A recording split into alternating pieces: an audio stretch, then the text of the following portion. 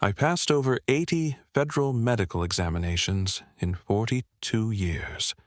Not one of them found the blockages that nearly killed me. 80 physicals, 80 EKGs, 80 blood pressure checks, 80 blood panels. Every 6 months for my entire career, the Federal Aviation Administration certified that I was healthy enough to be responsible for 300 lives at 35,000 feet. And the whole time, my arteries were quietly filling with plaque that would eventually stop my heart. If the most rigorous medical screening system in civilian employment couldn't find what was growing inside me, what makes you think your annual physical is going to find what's growing inside you? I need you to pay attention to what I'm about to tell you. It might save your life. It would have saved mine if anyone had said it to me 40 years ago. But nobody did. The doctors didn't know. The FAA didn't know. I certainly didn't know. And I almost died because of that ignorance. I was an airline pilot for 42 years. United Airlines. I started on the DC-8 in 1969 and finished on the Boeing 777 in 2011.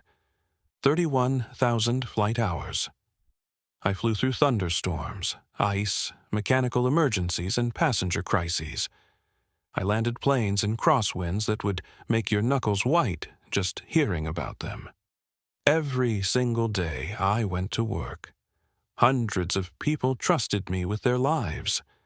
To maintain that trust, the FAA required me to prove my health every 6 months. Blood work, urine analysis, EKG, blood pressure, vision, hearing, complete physical examination. If anything was wrong, I would lose my certificate, and my career would be over. I never failed. Not once in 42 years. My blood pressure was consistently good. My cholesterol was within acceptable ranges. My EKG showed normal sinus rhythm every time. The doctors would look at my results and tell me I was in excellent health. I believed them. Why wouldn't I? They were the experts. They had the tests. They had the data. What I didn't understand, what nobody explained, was that the tests they were running could not see what was actually killing me. An EKG measures the electrical activity of your heart. It detects arrhythmias and structural problems. What it cannot detect is plaque building inside your coronary arteries. You can have arteries 80% blocked and produce a perfectly normal EKG. The electricity flows fine. The blood does not. A standard cholesterol panel measures what's floating in your blood. What it doesn't tell you is whether any of it is sticking to your artery walls. 2 people can have identical cholesterol numbers. One has clean arteries. One has severe blockages. The blood test cannot tell the difference. I didn't know any of this. For 42 years, I believed I was one of the healthiest people in America because the federal government kept certifying me as healthy. I wasn't healthy. I was dying slowly, and nobody knew because nobody looked. 14 months after I retired, I was on a golf course with 3 friends. A Tuesday in October. Beautiful day. Around the 14th hole, I started feeling tired. Not ordinary tired. Heavy, like my body was working harder than it should have been. There was also pressure in my chest. Not pain exactly. Pressure. Like someone had placed a sandbag on my sternum. I know now those were classic symptoms of cardiac distress. At the time, I thought I was just getting old and out of shape. I'd been retired over a year. I wasn't exercising like I used to. I told myself the golf course was simply exposing how much I'd let myself go. So I finished the round. I played 4 more holes with a heart struggling to push blood through arteries that were nearly closed. I drove home. I ate dinner with my wife, Patricia. I didn't mention feeling strange because I didn't want to worry her over nothing. That night, around 9:30, I was in the kitchen getting a glass of water when everything went wrong very fast. The pressure became pain. Real pain. Crushing pain. My left arm went numb. I started sweating. I remember thinking with absolute clarity, this is a heart attack. Then I remember nothing. Patricia found me on the kitchen floor. She called 911 and started CPR. She had learned it 30 years earlier and never once used it until that moment. She did chest compressions for 7 minutes until the paramedics arrived. The paramedics shocked my heart twice in the ambulance. I was clinically dead for approximately 4 minutes. At the hospital, they did an angiogram and found 3 severely blocked arteries. One was 85% blocked. The left anterior descending artery. Doctors call it the widowmaker. When it closes completely, you die. I was minutes away from complete occlusion. They performed emergency bypass surgery that night. When I woke up, the cardiologist came to see me. I told him about the FAA medicals. I told him I'd passed over 80 examinations. I told him I was supposed to be healthy. He said something I will never forget. Those tests are not designed to find this. They are designed to make sure you can do your job today. They are not designed to predict what will happen tomorrow. The blockages in my arteries had been developing for at least 15 years, probably longer. The entire second half of my flying career I'd been walking around with a time bomb in my chest. And nobody knew because nobody looked. Here's what the standard tests don't show you. Your arteries are lined with smooth cells called the endothelium. When healthy, blood flows past without friction. But over time, high blood pressure, high blood sugar, and the simple mechanical stress of blood flow cause microscopic damage to that lining. Your body sends cholesterol to repair the damage. It accumulates. White blood cells arrive. They consume the cholesterol and harden into deposits of fat, calcium, and cellular debris stuck to your artery wall. This is plaque. Here's the dangerous part. As plaque grows, your artery expands outward to accommodate it, keeping the opening for blood flow intact. This is called positive remodeling.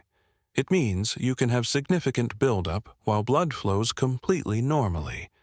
No symptoms, no reduced performance, no warning signs. You can pass stress tests. You can pass FAA medical examinations. You can feel completely fine. You are not fine. You just don't know it yet. The real danger comes when plaque becomes unstable. Soft plaque can rupture. When it does, your body sends platelets to form a clot. In minutes, that clot can completely seal off the artery. This is why half of all men, and nearly 2/3 of women with heart disease, have sudden death as their very first symptom. Not chest pain, not shortness of breath, death. They felt fine right up until the moment they didn't. That was almost me on that golf course. If I'd collapsed on the 14th hole instead of my kitchen floor, Patricia wouldn't have found me in time. If she hadn't remembered CPR from 30 years earlier, I wouldn't have had a heart to shock. If the paramedics had taken 3 more minutes, the story ends there. I am only here because of luck. Patricia's instincts, the speed of emergency medicine. Not because of 80 federal medical examinations that missed everything. I want to tell you about the symptoms I ignored, and because you may be ignoring the same things right now. For 6 months before my heart attack, I had occasional moments of unusual fatigue during physical activity, playing with my grandchildren, walking uphill, nothing dramatic. Just a feeling of working harder than I should have been. I blamed age. I blamed retirement. I blamed anything except my heart, because I had been told my heart was healthy. I also had occasional tightness in my chest after exertion, not pain. Tightness, like a gentle squeezing. It would disappear after a few minutes of rest. I thought it was muscle strain. I thought it was stress. That tightness has a name. Angina. It is your heart telling you it isn't getting enough blood during exertion. It is a warning sign.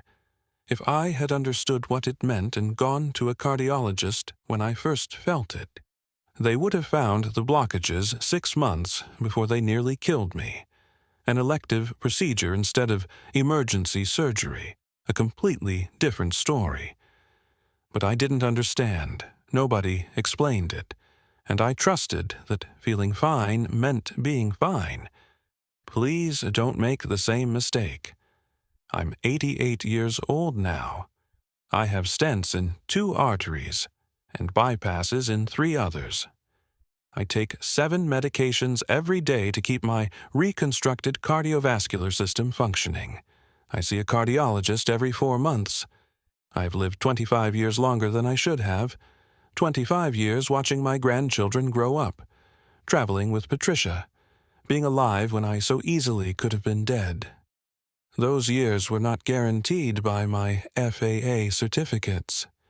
They were taken back from a disease that was invisible to every standard test. You don't have to rely on luck. The technology exists now that didn't exist in the way it does today. Ask your doctor about a coronary calcium scan. It costs a few $100s in most places and takes 5 minutes. A score of 0 means you can relax for a few years before checking again. Anything above 0 tells you plaque exists and gives you the chance to manage it before it becomes an emergency. If you have symptoms, unusual fatigue during activity, chest tightness that comes with exertion and fades with rest, unexplained pain in your jaw, shoulder, or back, shortness of breath that seems out of proportion, don't dismiss them. Your heart is trying to tell you something. Listen to it. Do not trust that feeling healthy means being healthy. I felt healthy. 80 federal medical examinations said I was healthy. I was dying slowly, and nobody knew. I made my living keeping people safe at 35,000 feet. I planned for every contingency. I trained for every emergency. I never took unnecessary risks with my passengers' lives, but I took an enormous, unnecessary risk with my own life because I trusted a system that couldn't see what was actually happening inside me. The tests that matter are available.